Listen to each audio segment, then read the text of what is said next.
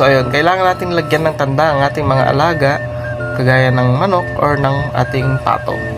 So bali, unahin natin ay sa mga pato.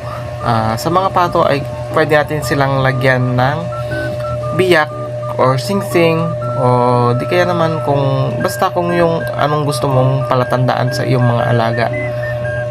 Mas makabubuti kung lalagyan natin ng palatandaan upang sa ngayon kahit maghalo-halo man yung mga alaga ng mga kapitbahay ay maging okay at siguradong makakauwi yung ating mga alaga.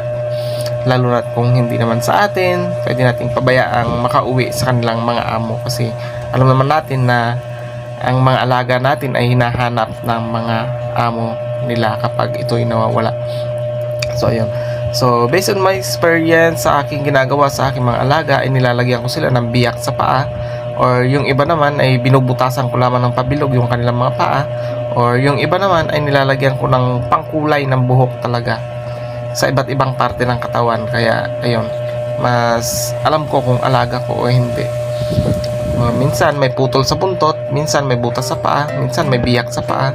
Ganun po yung aking ginagawa sa aking mga pato. So sa manok naman, nilalagyan ko lamang ng singsing, binubunutan ko siya ng buntot. Tsaka sa akin kasi sobrang stricto ako sa aking mga alaga.